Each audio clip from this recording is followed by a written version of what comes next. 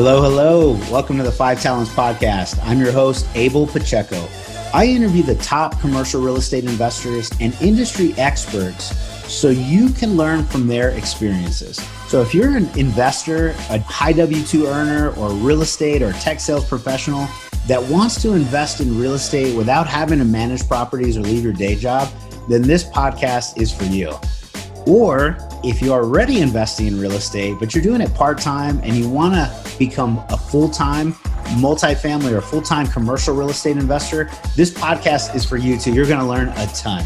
You will learn from real-life multifamily investors and other professionals in the industry. They're going to share their blueprints for success, and I'm super excited that you're here. So I hope you enjoy the show.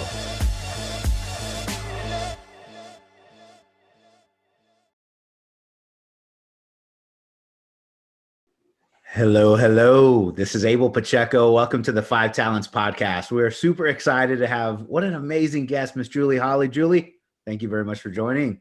Thank you, Abel. I've been so excited about recording with you. You're so full of life and experience. It's amazing. You are similar. I would say that, sometimes we have opposites, where somebody is a little not as excited, enthusiastic. And then I heard some of your podcast and listened to a couple, and I'm like, oh, we're going to match each other. I think in energy. So kindred spirits. Yeah, very good. Well, I'm excited to have you. For those that don't know Julie, you need to connect with her on LinkedIn. She's kind of big in that platform and space and kind of growing. She is really, over the past 20 years, she's fused a lot of the passions and backgrounds that she has in real estate and education to help others achieve their dreams. And she's got, just one of those sincere, genuine, really upbeat kind of love of learning, helping others educate themselves, teaching, connecting people. So you're really going to enjoy, I think, our conversation. And she is really, the vice president of investor relations at Three Keys Investments. So I'll let her tell you a little bit about, her professional background, and then also what she's doing today, in that formal title. But she just launched a new ebook, so we're going to talk about that. And she has had a number of house hacking backgrounds, where she and her husband did that in the investing side. She's a passive investor in 300 doors, so 300 multifamily units and doors. She's a passive investor in, and now she's kind of moving over to the active side. So we're excited to hear her story. So Julie, thank you very much for joining. Wow, I'm so excited to talk to this person. No kidding. Sometimes when you hear yourself described and you write your bios and everything, but then you're reminded. Sometimes we all need that reminder of like, man, I'm so busy in the trenches. I forgot, like, oh yeah, I've done all that. Yeah. Yeah. Kudos to you. It's, thank you. There's a lot of people that want to be in your position. So thank you. Tell us who you are, what you're doing today. And that'd be a great start. Oh, it is. Okay. Well, I am Julie Holly. I'm so excited to be here. I have this crazy awesome love of people. And, that's what I consider just like one of my like superpowers from God, that as it's hardwired that way. And I started using that superpower, that just love to help, to serve others, to help grow others in powerful ways. At 22, I entered the public school classroom and started teaching little first graders. It was an exciting experience. Half of my class, I was in California, half the class didn't speak English. And so it's so many different hurdles to overcome in a first professional experience. But the exciting part was that I've been raised in real estate. So my family comes from a single family background. And my dad was a single family realtor, my grandfather, so we have like people in a lot of different capacities within the industry. Excuse me. And so I ended up wanting to go into real estate, having that entrepreneurial drive, but I didn't have that oomph to just kick me over the edge to say, okay, just jump in and take the risk. My risk tolerance, it was just right at the edge of the cliff. So in my mid-20s, I had already been teaching for a number of years, and I decided, like, why not? I'm single. What do I have to lose? And that was the bottom line I came to is, what do I have to do by taking this risk, by taking this plunge? So I jump into single family as a realtor, and I kicked butt. It was great. And the money compared to being a teacher, oh, good golly. The money was little bit different. just a smidge different, but the stress level. Yeah.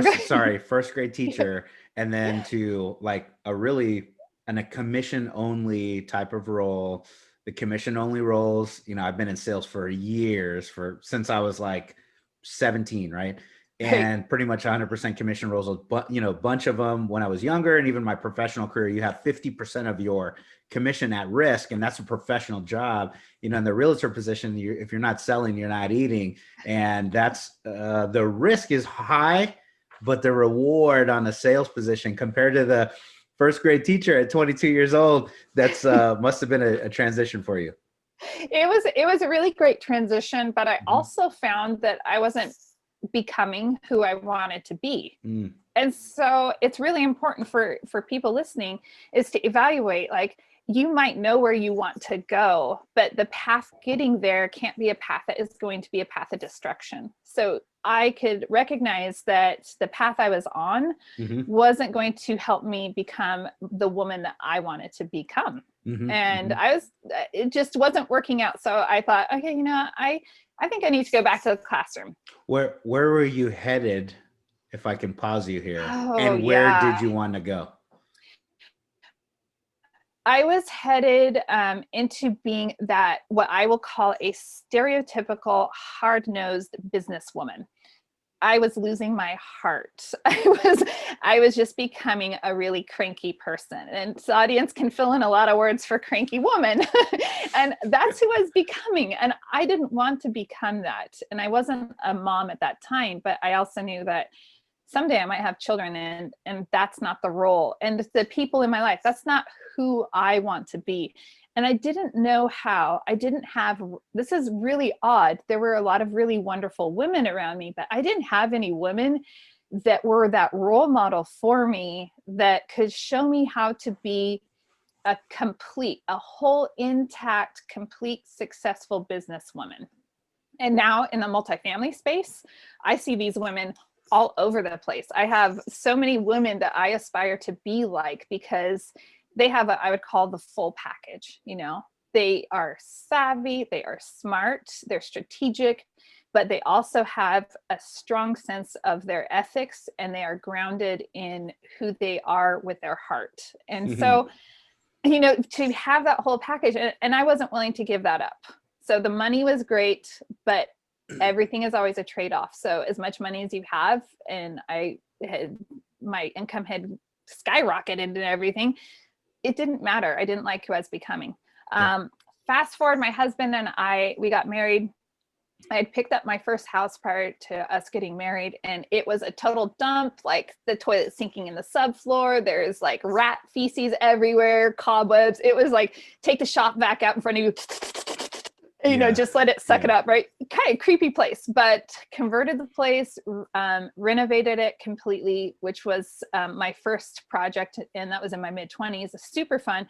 And then my husband and I continued to do what everyone now calls house hacking, but those of us who were pre-house hacking, before the term came about, we were all doing this, hey, let's buy and hold. We'll just buy a house and that fits our means. We'll buy a house that when we leave, we know we'll be able to rent it, and we'll have a profit margin, a gain, and we'll just continue to repeat this process. We had this heart to be able to help people. And this is a huge part of what drives me and Three Keys Investments is you have to have somebody standing in the gap.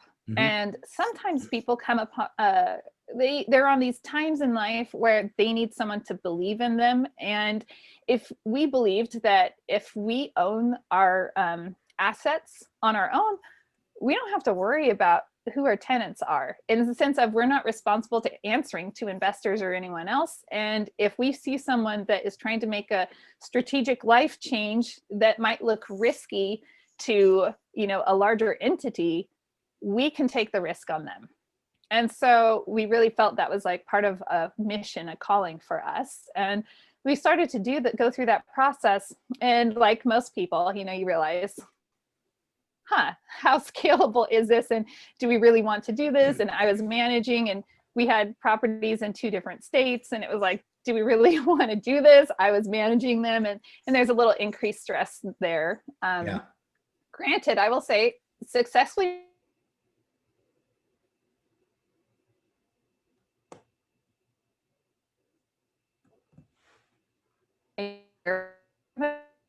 go really well. People, it's amazing when people know you care. Yes, you broke up some right there, but you're back. So the last part. I'm so sorry. I just saw internet connection unstable. I'm like, and you froze. I'm like, oh no. You're totally okay. We'll try to do what we can. But for our listeners, I think there's a couple of things that I want to make sure to hit on, right? Is that you went to an area where you perceived a higher risk as a realtor. You were able to take on that risk, even though you realized it was not for you. You pushed forward, you did it, you took the leap.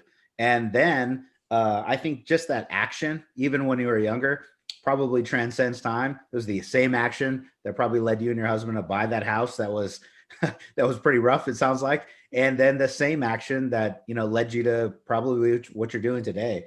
And when you overcome that, when I heard another word I heard was belief. So when you have that belief about you to get it done, I think that's paramount. And then you hold strong. I heard you say faith a couple, or I heard faith on the other side of what you were saying. So that's awesome. The one of the last thing I always think about Stephen Covey. Have you read any of his books, Stephen Covey? I have listened to some of his books. Okay, cool. Yeah. Yes. So then, yeah. Have you heard The 7 Habits of Highly Effective People, or parts of it? Yes, I have. Okay, my husband loves that one. He loves it. There's I think it's an analogy. He talks about the paradigm shift between a leader and a manager, and then the difference of shifts. And he says, well, the manager is the person that, you're carving a path out through the jungle. You've got to literally sharpen your machetes, carve out the path. You're cutting it down. If there's a big group of people, you're the manager to say, hey, these guys are tired, take a break, the next shift in, and they're making progress. But the leader's job is the person that needs to climb the tallest tree in the jungle and figure out where we're going. And when you point when you set your sights and say, hey, we're trying to go to this mountaintop, that's headed in the west, but where our manager is pointed in the east, and we're trying to yell down to him, hey, we're going the wrong direction. The manager's saying, no, we are making progress. And actually you're making progress, but you're headed in the wrong way. It sounds like you were able to kind of, figure that out at a relatively young age, which is really cool. Really cool. It really is cool. And it really, Abel, it really does come down to faith. For me, it is just constantly saying, God, where do you want me? And when God is my compass. And so it really keeps me pointed in a direction that I believe is going to lead to fulfillment and satisfaction for me, and lead to a lot of really great things for the people that are around me as well. All right. Amen. I'm with you. I'm with you as well. So, there's a lot of years and a lot of things that have happened, from here to there, but I heard 300 units passive investor, right? Talk to me about your first deal and maybe leading up to that first deal. How did it happen? You were a passive investor. How did you find multifamily world? What did you first do? Give us all of that, those nuggets. Yeah, that is great. And I am going to make just a slight correction. We are like 284 doors. So we are just shy of 300. And that actually means something to me, because I'm like, I just need the 16 more to get to 300, like I want to be able to be legitimate and solid numbers. But so through that process, we pressed pause. So we sold off single family. We decided we were watching the economic cycle. I mean, we both understand, most people do understand, the real estate economy and the economy in general has its little flush out cycle. And back in 2011, when we could have been picking up houses for pennies on the dollar, we had just transferred and moved from Denver to California. And because my husband is he's a realtor in the single family space, he didn't have his 2 years in his new market, and we couldn't take advantage of it. It was just killing us. And we're like, I mean, we're watching him wheel and deal all these deals. And at that point, because, and I'm going to say this, so to encourage everyone, you've got to expand your thinking. You have to expand the people that surround you so that you're wide-eyed. Back then, we were watching people pull off these crazy, awesome deals. But because of it was narrow-mindedness, we missed out. We did not understand other people's money. So here my husband was working with an investor, and he almost didn't give him the time of day, but this guy was, just kept coming after my husband like, hey, what do you have? What do you have? What do you have? Well, lo and behold, he realizes he's using other people's money. So, we got exposure to that, but unfortunately it took us time to come to our own like aha moment of, holy cow, there's this whole other space. It's called commercial real estate. And it's, through Bigger Pockets is where I learned about multifamily investing. Monique Holm was my first person that I ever heard utter syndication. And it was like, my world is complete. This is where I need to go. Everything I love is here. Yeah. It's a win for everyone. And so once I heard that podcast, it was in December of 2018, I just started on a mission of like, this is the path. My husband gave me the green light to go in to invest. I started researching it. I started understanding opportunity zones, and I went down. I don't do anything half-heartedly. Anyone who knows me knows like I'm all or nothing. Like we're diving in. I don't know how deep the water is, but we're going. I do the same. My wife is like, she goes, oh, the moment you say you're thinking about doing something, she goes, I already know, like, you're already like 10 steps into it and you'll be gone for the next however many years into this thing. But yeah, so it sounds like we're alike there. Definitely. And so that's how we came into multifamily investing. I would listen to a lot of Bigger Pockets was like that gateway. And then once I finished devouring that, I moved on to Michael Blanc and learned a ton there and realized if I want to be successful at this, if I really truly want to serve others in this capacity. And when I say that, I see this, I see multifamily investing for me and raising capital as an opportunity to help other people. There is this whole demographic that would benefit from understanding how to invest in multifamily, but by nature of where they fall, on their income taxes, they're perhaps not accredited. Maybe they don't roll with the people that are talking about this, but this is something they'd be interested in. And so I'm concerned about this particular niche, and I'd like to get them exposed to this. And I see this as a way of, hey, you have an opportunity to do what the wealthy do. Like, you can do all the same things. It's not rocket science. And unfortunately, it's not something that is so widely communicated to certain demographics. And so I just want to go on this mission, or I am on this mission to go and kind of share this information with those people to say, hey, here's this opportunity. You can create this generational wealth. Here's a vehicle for you to do that. I wholeheartedly agree and support your mission. Before, really, the syndication side, one of the reasons we hadn't heard about it, years ago is the accredited rules used to be a $3 million. It's a $1 million mark now to be accredited, minus the value of your homestead. So you had to have $1 million net worth to say you're accredited, or make 200K and that's today's current. Back then it was $300,000 W2 in previous years, and it was a $3 million mark.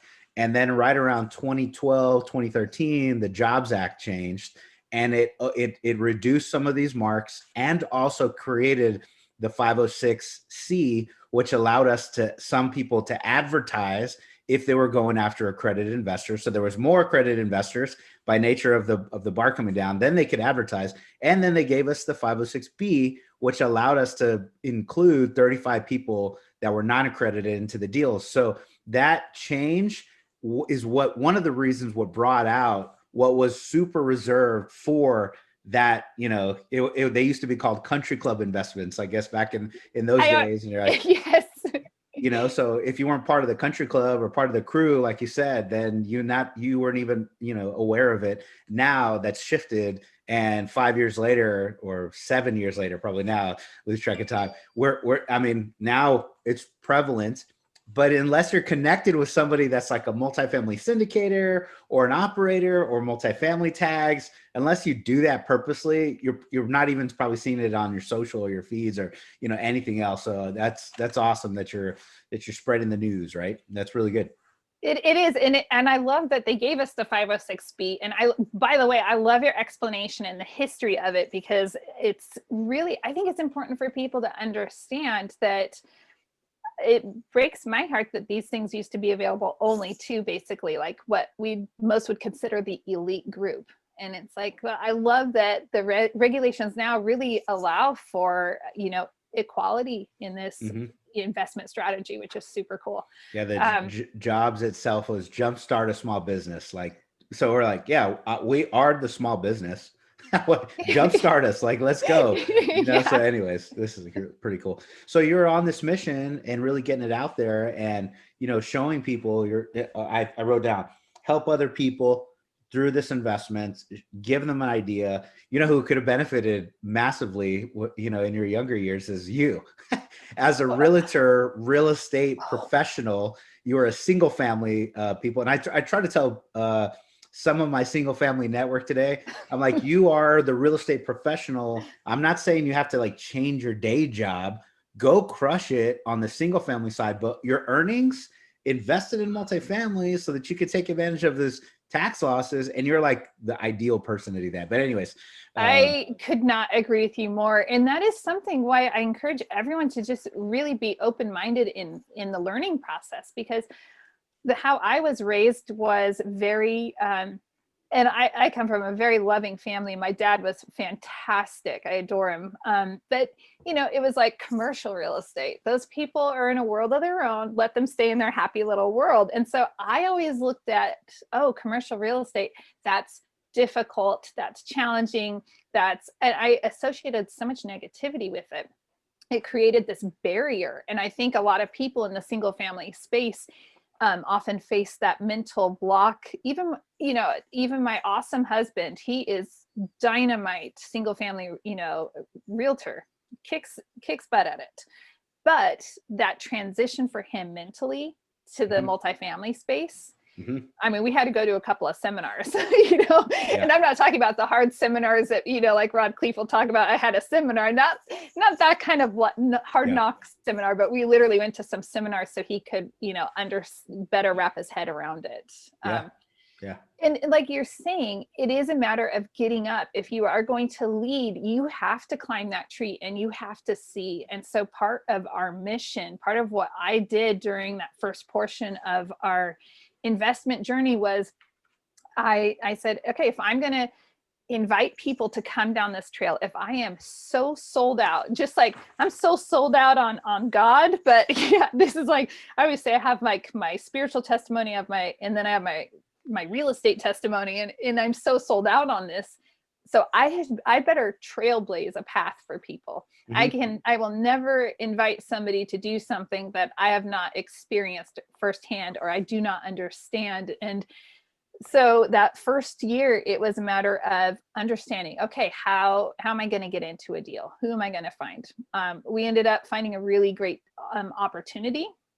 We sat through the webinar together, my husband and I, because if you're going to put some money into something, you better we want to make that decision together. And through that process, so we wanted to see what's the behind the scenes. What does it feel like to be a passive investor? I mean, if I'm going to expect people to invest passively with me, what are the feelings associated? What are the questions they ask? What are they expecting through that entire process? What's the communication like? So we decided, let's go passive first. Let's get this experience under our belts before we turn active. A fantastic experience also. And I have to say, our assets performing so great during this COVID, through the pandemic. It's a great example for us to follow.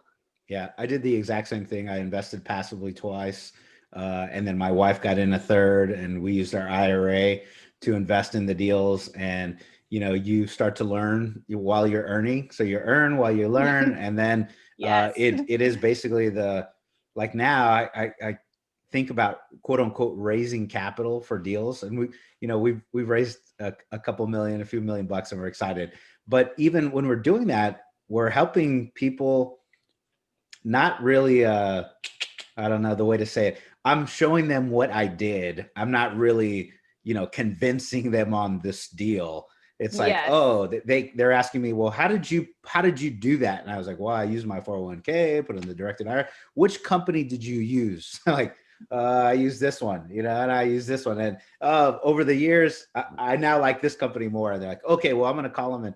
And then they're like, well, how do I read this PPM? And I'm like, oh, well, let me show you, what it means. Where do I sign? And I'm like, okay, well, let me show you what I did. And that's what quote unquote raising capital is. It feels like for me. And I don't know, it's just different because you're just helping somebody like do what they already want to do. Once you've shown them the door, they want to walk through it. Exactly. And for me, it's that point of education. I love teaching people. I love showing people things that will benefit them.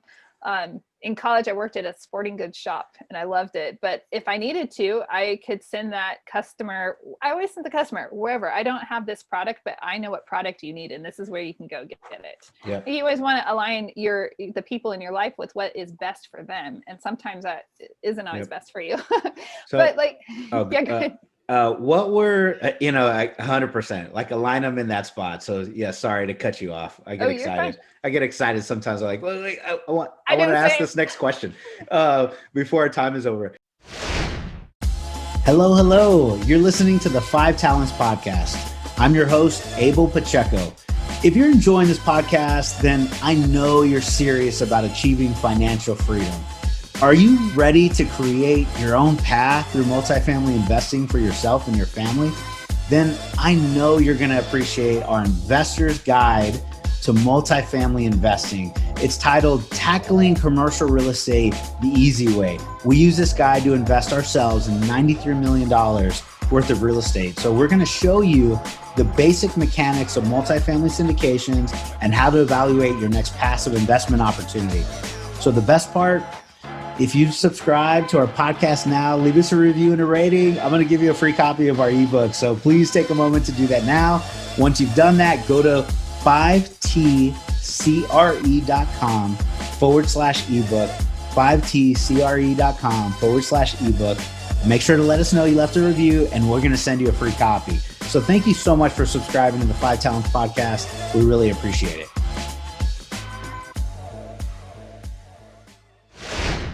So how many investments was that 300? And did you invest like cash? Did you do it with your IRA? How did you go through this process? Well, this is a good question. So it is one single deal that we're invested in right now. And we converted 401k money, and I call it tidying it up because a lot of people like us, where we're self-employed now, have these 401ks that are just like the lost child. And so it's like, hey, you know what? Take your lost child and wrap it up, make it all neat and tidy, roll it over into another product, you know, that you can actually use and leverage.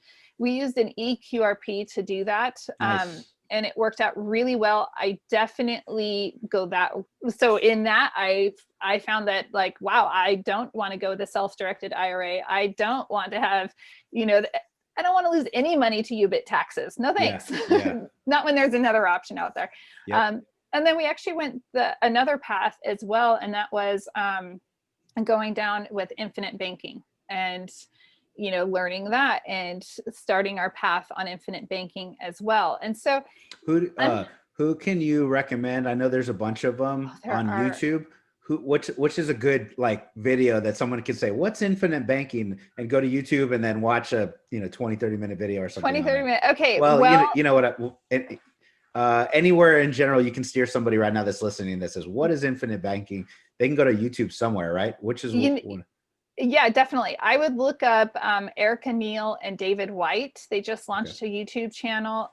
They are Integrity Financial, I believe.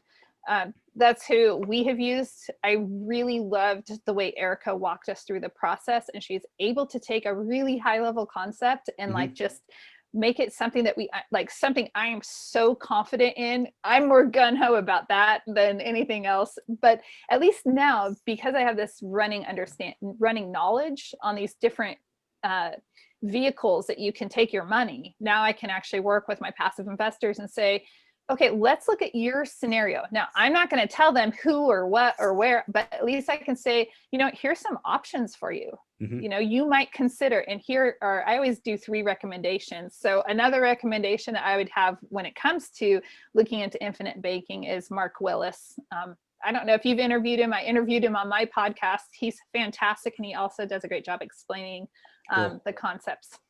That sounds awesome. And so you invested with your EQRP, which avoids UBIC taxes, which are like unrelated business income taxes or something, for those that, are Googling a bunch of these terms. So then you invested in your deal, and now you get to learn through your investment, correct? Exactly. Like you said, I love your phrase, learn while you earn. Make it work. What were some of the things that you get to see being a passive limited partner investor? What's interesting is twofold. It's almost like a double-edged sword. I'm an over communicator. So for me, it's like, are you communicating enough with us? Is this normal or is this not enough? So it's been interesting to see the communication cycle and what is communicated and how it is communicated. For me, that's one of the cornerstones that I wanted to see from a really high level operator, people that we really respect tremendously. And so seeing that level of communication and watching how our asset has performed during COVID has been amazing. The absolute hands down favorite moment though of this investment was when we went and visited it last month. Cool. And we actually saw, so like, everyone listening, like, it's great. Go visit, go see. It's really, I did not expect that big aha moment to happen. But when I went and we like drove into the complex and everything, it made me so happy. I got goosebumps. I'm like, we're part of this. This is beautiful. And these residents get to live here, and we're part of what is providing this beauty and this surrounding for them. I agree. And it's, you realize you're part of something so much larger than yourself. And twofold, you get to see what is taking place on the premises. And so to see the business plan in action was fantastic. I agree. All the pictures behind me, they're my active or passive investments.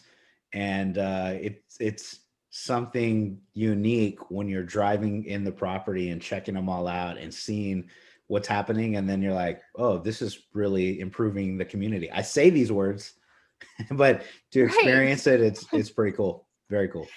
And like you said, so I encourage anyone who's involved in anything, like, make it a point, because I did not expect it to be that powerful. And when we set foot and we drove through, I was just like, wow. Yep. Yeah, that's awesome. So now, let's kind of shift a little bit. So you've invested passively. Yep. You're in the club, your card is punched. You've got some resume experience. People are asking you how the heck this happened, and you're explaining to them, and you're probably getting those people that are saying, can you let me know when your next investment is coming? And you're like, yeah, I'm a passive investor. But most people outside of our world, they don't really, if you've never heard of syndication, you don't know the difference between general partner, limited partner, passive, active, whatever. They just know that you're in it and they want to be a part of it, right? So now you're in this kind of next step. You're trying to become, or you are going to become a general partner and active principal in a deal. So what was your path? I saw a podcast, I saw LinkedIn, I see you highly social, getting on your own virtual meetups. That's where, I think we met in a, commercial real estate challenge. And then I went to a meetup that you held and an education. And I was like, it's pretty solid. And so tell me what's going on with you today. That'd be awesome to hear. Yeah. So because I am very relationship driven. I like to see everyone around me be super successful. It makes me really, really happy when that happens. And so this is a natural path to just be able to create really good content for people to learn from. And that will help grow their minds, grow their hearts, and allow them to flourish, to be absolutely successful in what they do. So, you have to I believe so solidly in trailblazing the path first. I cannot overemphasize that. And so while I'm seeing some other people that have entered the space around the same time I did, and they're, maybe what some would consider further along because they are GPs on something, I'm looking at my experience and saying, you know what, I can say with all confidence, and I know where I'm going to lead my investors with confidence. I'm not going to waver because I know what I know. You can't take knowledge and experience away. And, there is a turning point. There are all the other things that you learn when you're on the other side of life.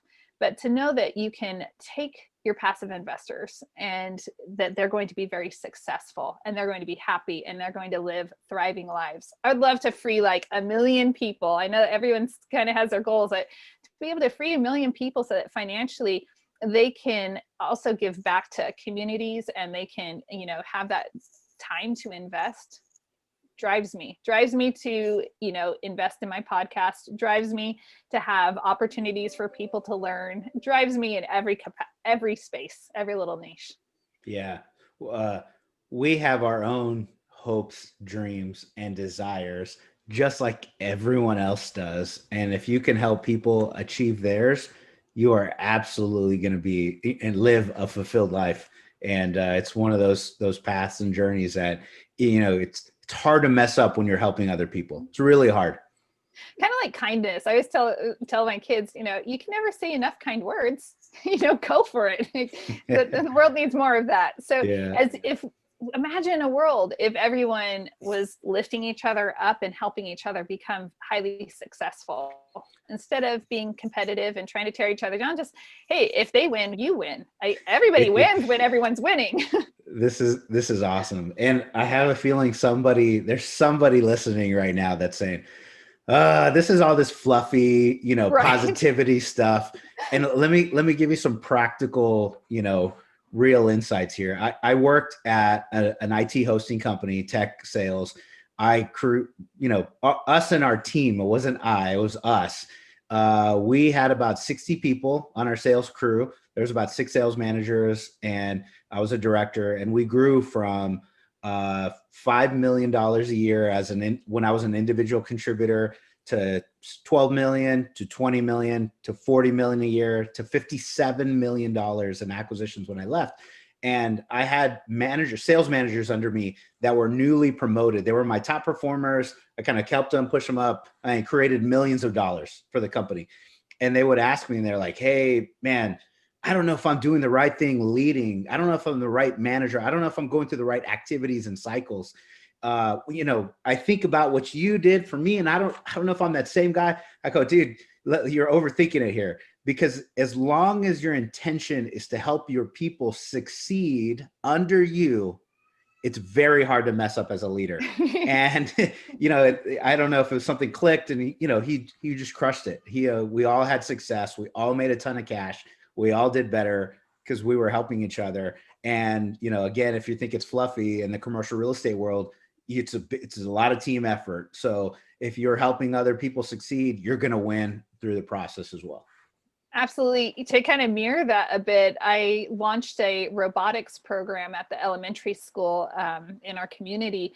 And our first year, we were invited to the World Show down in Houston, Texas.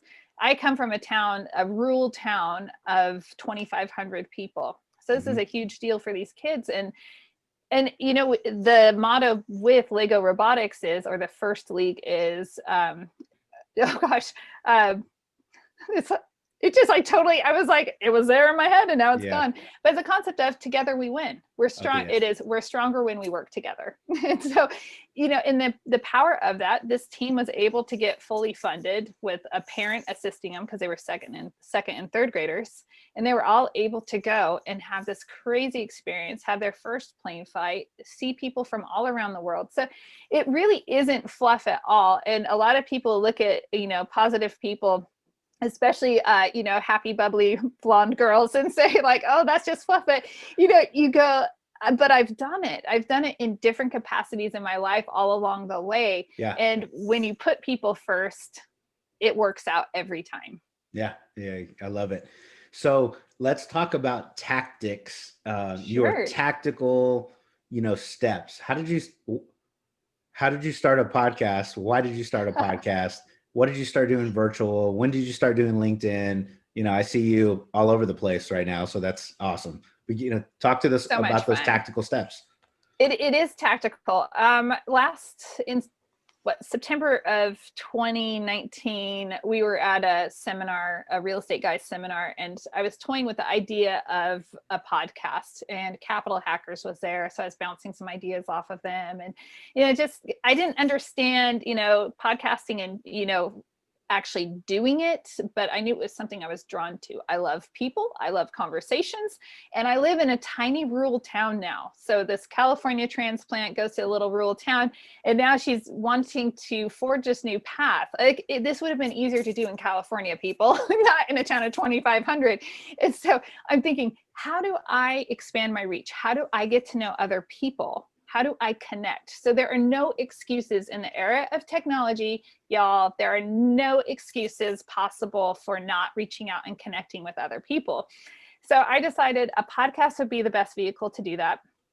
I recorded an introduction and things like that over Christmas break because I was still a classroom teacher at the time. And then I joined a coaching program. I joined Rod Cleef's program. It was a really good fit for me. And through that process, I had some accountability that I wasn't expecting. And I'd never forget, Faisal's like, I need a date. When are you launching this? And so instead of having any room to make excuses or, oh, I just want to massage it and make it perfect, it's no, this is go time. And sometimes we need that date to just say, this is a hard date. Just like there's a hard stop time on podcasts, there's a hard date time sometimes, right? So that was the impetus for launching a podcast. I really love Jake and Gino's show, The Wheelbarrow Profits. And part of the heart behind that, I'll never forget, and I mentioned this to Gino recently, it's a matter of, they said, oh, we would never have launched this. I mean, we just decided we're just going to learn along the way. And that actually helped encourage me to jump in and just get going. It doesn't have to be perfect. And we all know you learn so much along the way, no matter what you do. And you just have to get started, no matter what it is. And that goes for podcasting or LinkedIn or investing in multifamily, whatever it is, you just have to get started. Mm-hmm, mm-hmm. Yeah, I love it. I love to hear that. Just jump right in, right?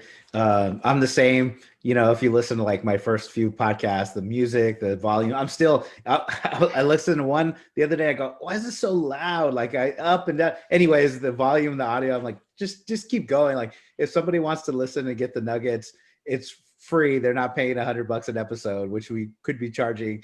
I think when you think about the millions of dollars of asset information on here, but anyways, you're just like, just adjust the volume and bear with me. We're learning along the way, but that's awesome. I've sometimes even said that, I would just want to jump in real fast and say, part of what that did for me with podcasting was it was a domino effect. It opened this whole other series of doors and unleashed this whole other world. It was like going into the treasure chest, because here I am.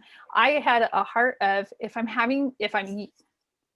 am blessed to have time with this person, mm-hmm. and I can share that with the world, that mm-hmm. magnifies the imprint, the fingerprint of like the influence that they can have, and the reach of their message goes farther if I record the conversation. So I get to have these crazy, awesome conversations with amazing people, and everyone else gets to benefit. Again, that's a real example of everybody can win.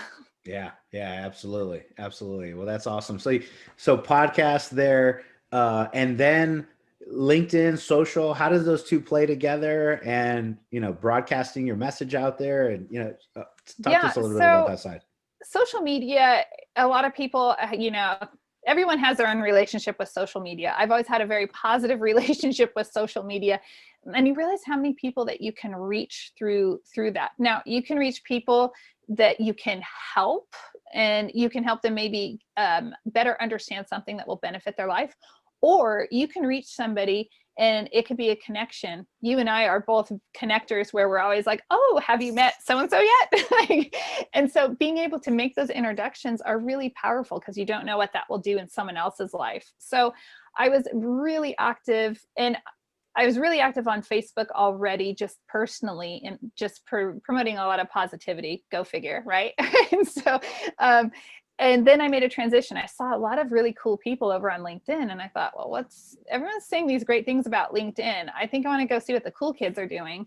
And when I jumped over to LinkedIn, I found this super happy spot with the people that I really enjoyed on Facebook, but it was like those people and more. And so it was like, wow, how have I never experienced this before? It's a magical place. The level of professionalism in there, the willingness to help each other out and to get messages out, to cheer, to support. It's a phenomenal platform. And so when I see something that I believe can be really helpful, very productive, and positive, quite frankly, I stay away. If it's negative, I'm going to stay away from it. There is so much negativity in the world. I don't need that in my life. I don't invite it into my life. It will come on its own, and I'll deal with it then. Yeah. Well, I'm just so happy that I had you as a guest here. And just the last 5 minutes, I'm going to probably bring you on to the show, God willing, a little bit later. And we'll just really just talk about your social, tactical steps, because you're doing really well there. So I would recommend going to connect with Julie on LinkedIn. Julie, how else can people get a hold of you? So they want to get closer to your world. They want to learn from you. They want to, be in your network. How do they reach out? Absolutely. So definitely reach out through social media is the best way. I reach out, like you reach out to me through a message on LinkedIn or Facebook. I'm searchable. You can find me, and I respond to every message I get. If you prefer to email, you are welcome to email julie@3keysinvestments.com. But social media is way more fun. Yeah, we've had an amazing time. Is there anything that or I didn't ask about, anything that you wanted me to touch on, anything that I left off, but it just didn't come around to, please take as much time if you have something else. Sure. I always encourage people on my podcast. I always encourage, or I have a mission of find your freedom, and everyone can find their freedom. And that might be financial freedom. It might be, there's freedom. Something's holding a lot of people back, and you have a superpower and a gift that needs to be out in the world, and don't hide it. So whatever it takes, make that happen, even if it's scary. Very good. Very good. And before you go, there's two more things. What's the name of your podcast so people can follow? Sure. If you search Ask Me How I Know Multifamily, it will bring up the whole long blah, blah, blah, blah, blah. It's a long SEO title, but just search Ask Me How I Know Multifamily, and you'll see a picture. It looks Brady Bunch-like. Awesome. And then you've also taken a few few days, weeks, months, whatever. You wrote an ebook, and I don't know how long that took you. I'm just kind of saying out loud because I know mine took me a little while. You have an ebook out there for people to learn a little bit more. Yes.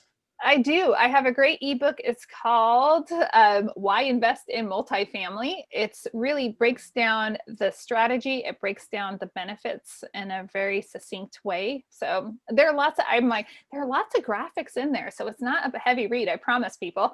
But yeah, that was called Putting the Pandemic to Work. I refused to let the pandemic, take my ship off the course. And I decided, well, I've got a little extra time. Things have shifted. I'm going to tackle this ebook. I love it. I love it. So, and then they can get that on your website. You can get that at the 3 Keys website, or shoot me an email. I love, if anyone hasn't picked up on this already, I love connecting with people personally. So Okay. people are important. Very good. Thanks, Julie. I wanted to make sure we highlighted that so that way we can hopefully drive some people your way. But look forward to it. Thank you very much I look forward to the next conversation, and I look forward to the next social interaction that we're going to have, and probably hopefully virtual meetup, et cetera, et cetera. It's been a pleasure. So my name is Abel Pacheco. I'm your host for the 5Talents podcast. If you have any questions about multifamily investing and you're trying to figure out how to do it, you can go to our website, 5tcre.com. If you guys are interested in learning more, I got a lot of stuff from the education page. Julie would also love to reach out to you and share her story as well. So look forward to it. And thank you for joining. We hope to see you at the next show. Bye-bye. Thanks so much, Abel. Thank you, Julie. Thank you for listening to this episode of the 5Talents podcast with your host, myself, Abel Pacheco.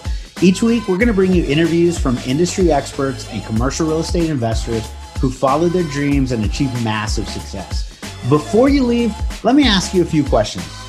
Did you enjoy this episode? Did you learn something valuable? Was your mind stretched to what's possible and what you can achieve? Do you want other experts just like the one you heard today? If you answered yes to any or all of those questions, then please take a moment to subscribe to the 5Talents podcast, give us a 5-star rating, and most importantly, leave us a written review. Tell us what you liked, tell us your favorite guest, give us any feedback. I'm excited to learn and improve so you can get a more valuable show. So thank you again for subscribing to the 5Talents podcast.